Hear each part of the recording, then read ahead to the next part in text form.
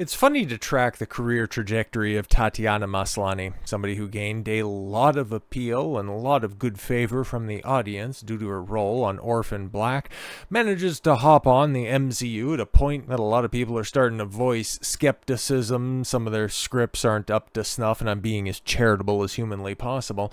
And then she is given the role that many much more capable and accomplished actresses would kill for. One of, if not arguably, the most recognizable and most prominent female Marvel superheroes in She-Hulk, and she just turns in one of the most toxic, and not even divisive, because it's just universally derided. Nobody's wanting her to come back to the role. And because of her, personal attacks on Kevin Feige and the Disney boss, it's very likely that she will not be reprising her role. She will be one of the several new characters introduced in phases 4 and 5 in the MCU that will not be coming back for Avengers Doomsday.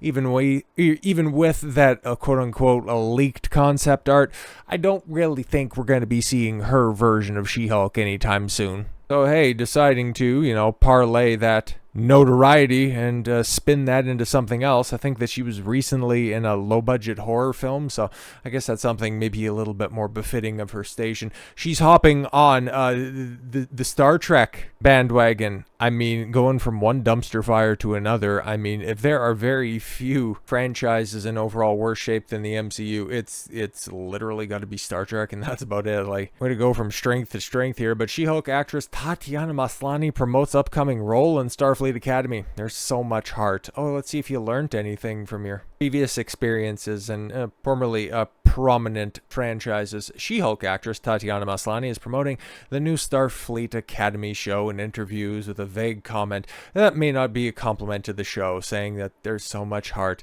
2025 is slim pickings for Star Trek fans, as the only new content released so far was, oh my god, Section 31. Bruh.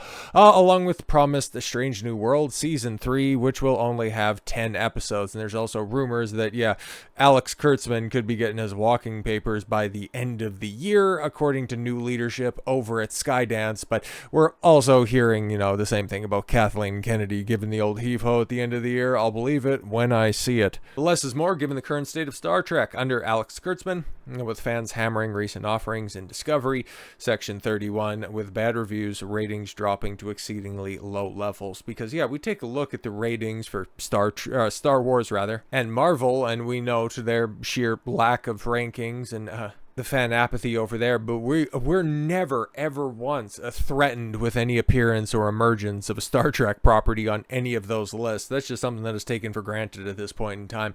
Back when Star Trek was really cooking, like Deep Space Nine, TNG, those were absolute juggernauts when it comes to ratings when they were on CBS. But now it's just another reason why Paramount Plus will very likely be at the forefront of the culling of the streaming herd very, very shortly. And Starfleet Academy may end up being the last of Kurtzman's offerings. Yes, previously touched on Star Trek universe, a concept with dubious interest, Star Trek fans to begin with, and having it be a relaunch of the Academy set post-Discovery makes it something of an even less interest to casual fans. All of that just sounds really terrible. Starfleet Academy show is set to bring back a couple of characters from Discovery, including Tilly. Y'all remember Tilly, the overweight redhead with anxiety issues. Oh, fantastic. But why is Paul Giamatti there? Why are you ruining him? To try to lure classic Star Trek fans back to the show. Robert Picardo is reprising his role as the Doctor from Voyager. Oh, great. Yay. And I mean, that little snapshot that's right there. I mean, I see a lot of Star Trek going on. Isn't that wonderful?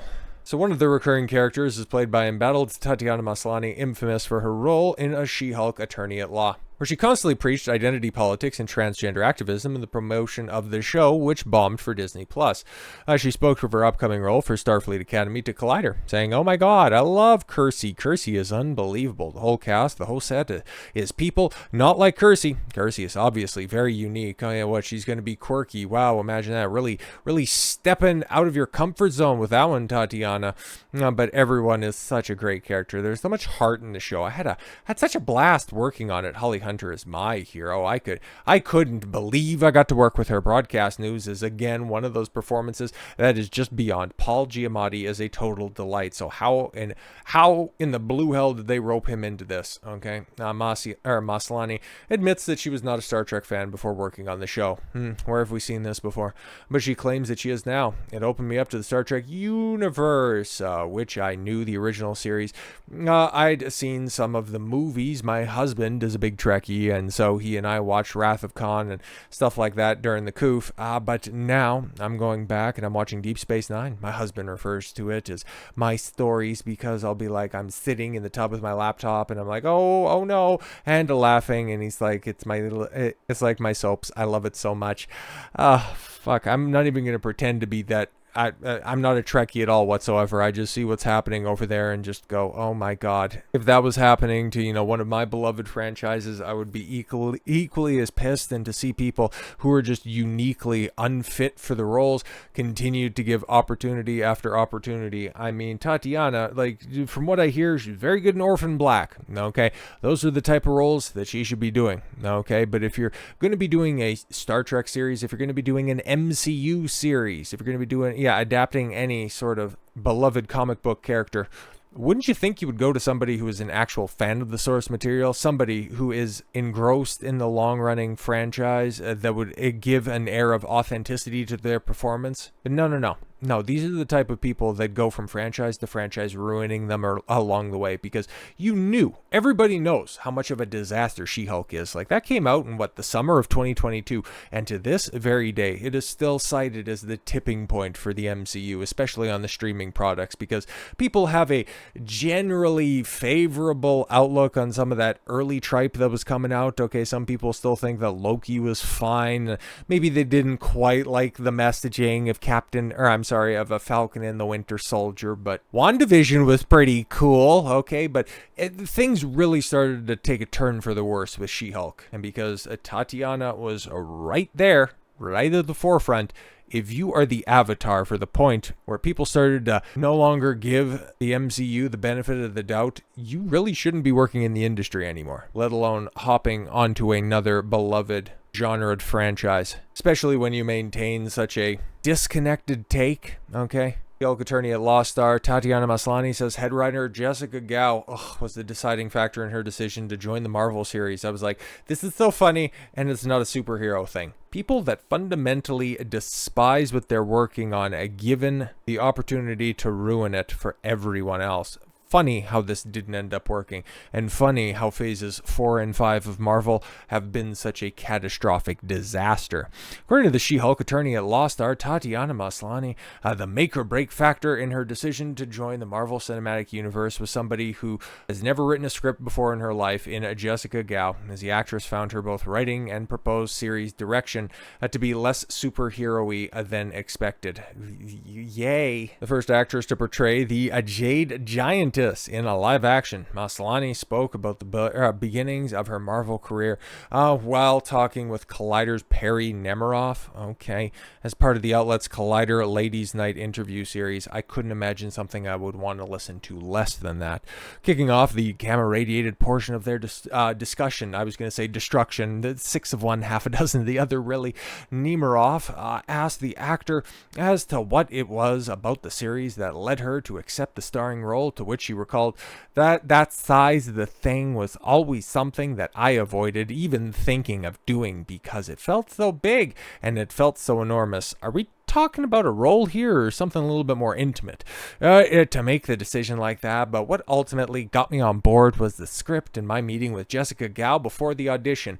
This is really screaming an awful lot like Amanda Stenberg joining the Star Wars universe, because Leslie Headland was just continuously stalking her. It's like, I've got this role for you and I only want you for this role, and if you don't take it, I will literally delete myself. Like, okay, cool. How well did that work out for the acolyte? Anyways, she was like, oh, she's so funny. She's so interesting. I'm so curious about her take on character. That just lets me know that, like, women are a terrible judge of humor, because She-Hulk really wanted to be funny. It was nothing even close to being funny. I feel like she and I can build something really interesting. You didn't.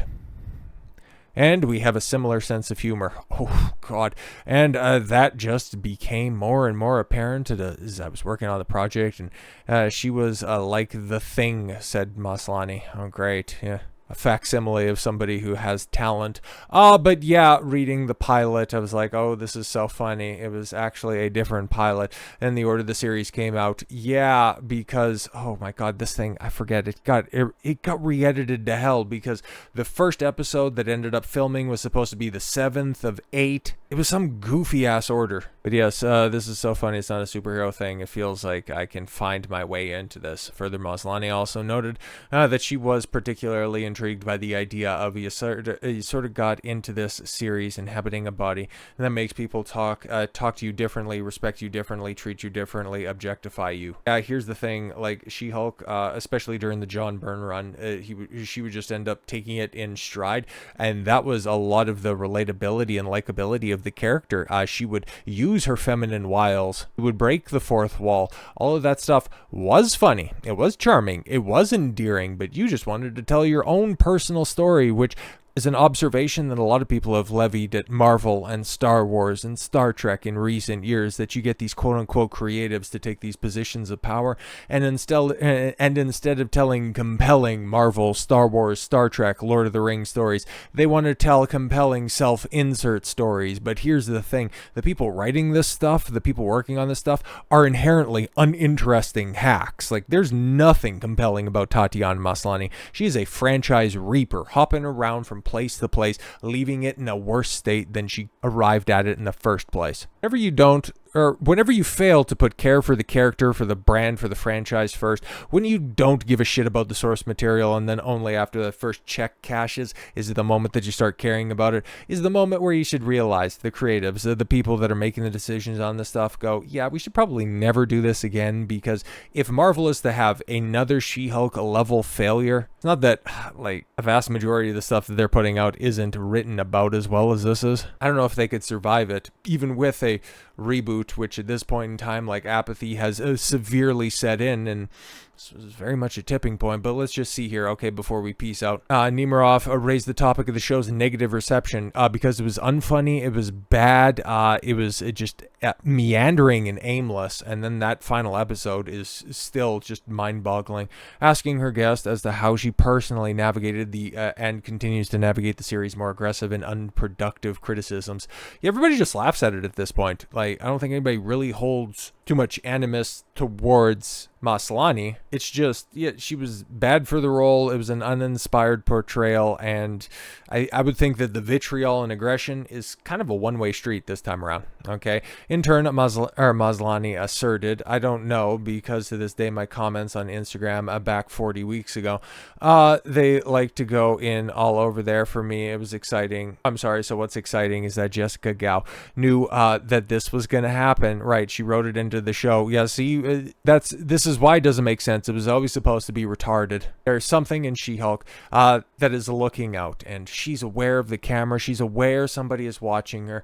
There's something about the inherent quality of the character that is self-aware and understands her place within the MCU. Fucking hilarious, so that she is making these comments with zero self-awareness, or within a series or a TV show or a scene or whatever, just like Jennifer Walters is aware of her place in the legal system, really, because she was deriding at the beginning of the season or the beginning of the series how she couldn't do an opening argument, but then at the end of it she could finally find her place by doing a closing argument that really didn't end up, well, it didn't take place in a courtroom, and it was just more bitching and whining. So yeah, okay, she knows her place within the legal system, right? And how she's struggling as a woman to be taken seriously or to be respected. Yeah, because that's the quintessential story of She-Hulk, right? And this is why this show failed. This is why Starfleet Academy is going to fail for the 6 people that are left to watch it. And this is why entertainment at large in genre categories is in the state that it's in. Bringing in bitches that know absolutely nothing about the source material, care even less about the characters that are there, just simply wear it as a skin suit to tell their own narcissistic tales. So with all that said, thank you all very much for the gift of your time. I've been Don Consuelo. I want you to follow your gut and get after it. Take care, everyone.